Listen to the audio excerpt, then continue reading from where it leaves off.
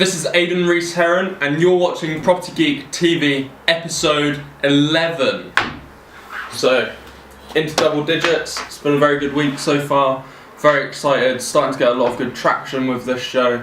I'm glad some of you are liking it, and I hope I can just keep giving as much value as possible. Now, some of the feedback I got from the last episode was that I went a little bit too quickly, and it was also a little bit too abstract, too many numbers. So, what I wanted to do was give you the formula so that you can do it yourselves on whatever deals you've got. So, let's crack on. So in the episodes before we spoke about, I need to stop saying so much. Someone pointed out, my mum actually pointed out at one of the events that my filler word is so, which I need to stop doing. So if you hear me pausing a lot, it's because I'm trying to catch myself saying the word that I shouldn't say so much. Let's get on with the show. Do you like what I did there?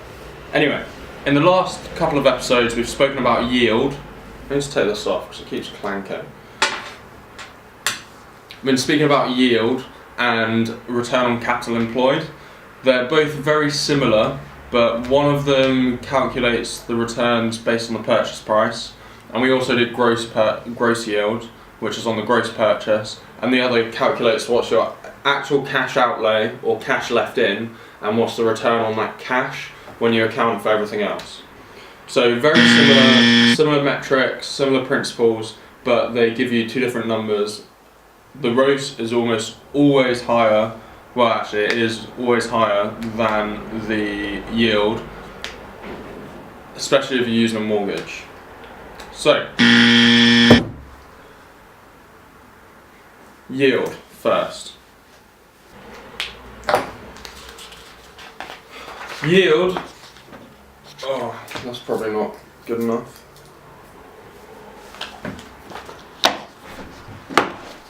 Yield is the rent over the purchase price. The rent over the purchase price. So you can use yield for anything, any sort of investment.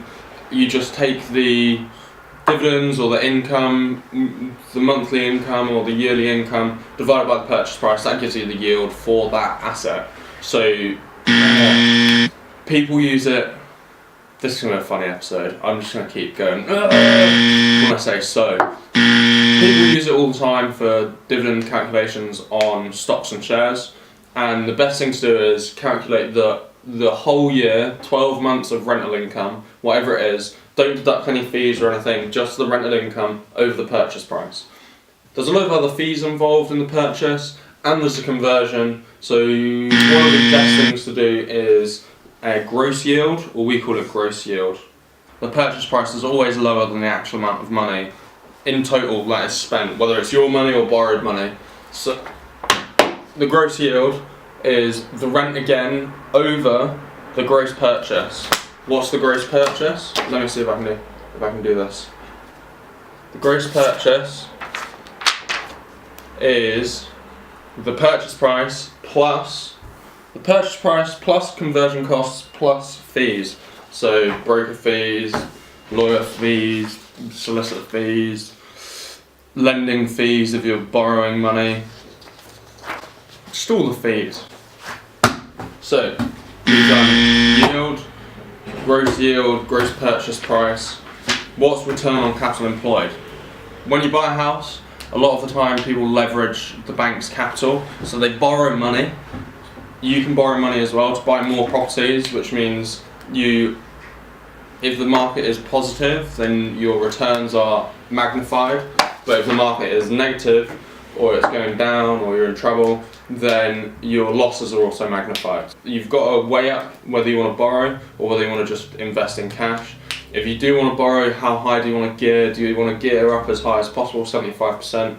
In HMO cases, you can borrow over 100% sometimes of the bricks and mortar value of the property.